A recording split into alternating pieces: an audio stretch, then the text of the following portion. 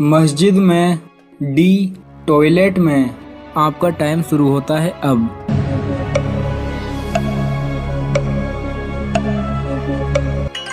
صحیح جواب ہے ڈی، فرشتے انسان کے ساتھ ٹوائلٹ میں نہیں جا سکتے۔ سوال نمبر 11، حضور کریم صلی اللہ تعالیٰ علیہ وسلم کس قبیلے سے تعلق رکھتے تھے؟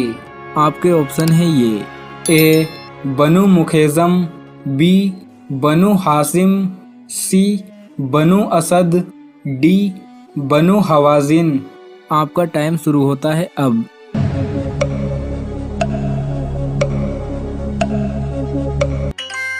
صحیح جواب ہے بی، حضور کریم صلی اللہ تعالیٰ علیہ وسلم بنو ہاشم قبیلے سے تعلق رکھتے تھے۔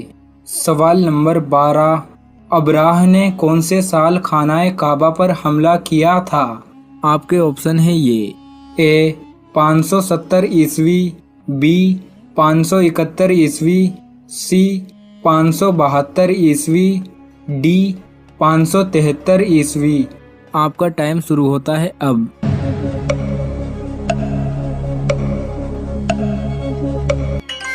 صحیح جواب ہے بی، ابراہ نے 571 عیسوی میں خانہ کعبہ پر حملہ کیا تھا۔ سوال نمبر 13، مسلمان کس مہینے اپنے جسم کی زکوٰۃ ادا کرتے ہیں؟ آپ کے آپشن ہیں یہ، اے شعبان، be Muharram, C Recep, D رمضان۔ آپ کا ٹائم شروع ہوتا ہے اب۔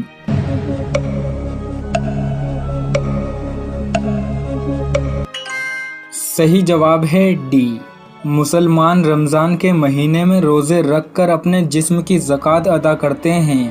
سوال نمبر 14، 1,24,000 پیغمبروں میں سے رسولوں کی تعداد کتنی ہے؟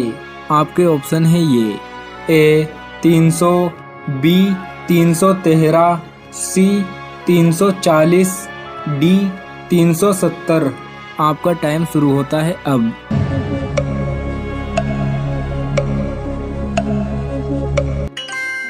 صحیح جواب ہے بی، 1,24,000 پیغمبروں میں سے رسولوں کی تعداد 313 ہے، جس میں ہمارے نبی حضور کریم صلی اللہ تعالیٰ علیہ وسلم بھی شامل ہیں۔ سوال نمبر 15، کون سا گناہ ماں سے نکاح کرنے کے برابر ہے؟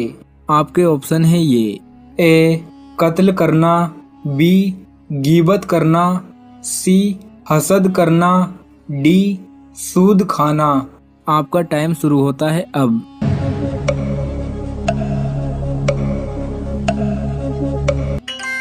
صحیح جواب ہے ڈی، احادیث میں سود کھانا اتنا بڑا گناہ بتایا گیا ہے جتنا بڑا گناہ اپنی ماں سے نکاح کرنا ہے۔